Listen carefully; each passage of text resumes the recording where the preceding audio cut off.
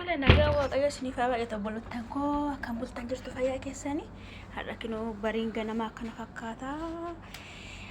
Kottaa qursii isinii qopheessa kan bultaan madaamiin keessan qursii nyaatteerti ani kana kun qopheessuuf ani isiniin jedha kottaa. Tole kinoo akkuma argitan illee kushiinaa kiyya deemee jira jechuudha.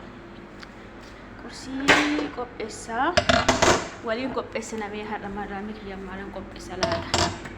Tole akkuma isin argitan kana kinoo baraleet qopheessee jira. Baraleet isa jedhani kan biraa immoo kinoo shaayii danfisee jira. Kinoo inqulaalillee xabbasee jira jechuudha.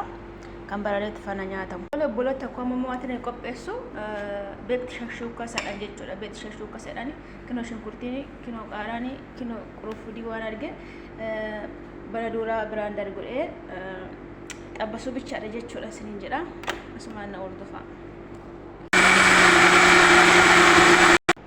Kinoo qursii kiyyaa hundayyuu qopheesse fixee amma gara madaamii geessu jechaadha shaayiin kanaadha jechuudha. Innaa iddoo nyaataa geesse xaawulaa irra kaayee isinitti agarsiisan isaafii isiniin jedha. Isinis qursii qopheessaa. Tole kan biraa immoo maal qopheessitee shaayii malee kan jettanii fi kinoo kana qopheessee jira, kana qopheessee jira, kana qopheessee jira. Egaa wanta adda addaatti dabalama jechuudha. Jira kana malee isiniin jedha. Kinoo qophaa'ee jira koottaa nyaadhaa obbolootaan koo isiniin jedha koottaa gara xaawulaatti. Tole obbolootaan koo ganama qursii tokko qopheessuudhaaf waan miini hin ga'u jechuudha. Baay'ee ulfaataadha isiniin jedha.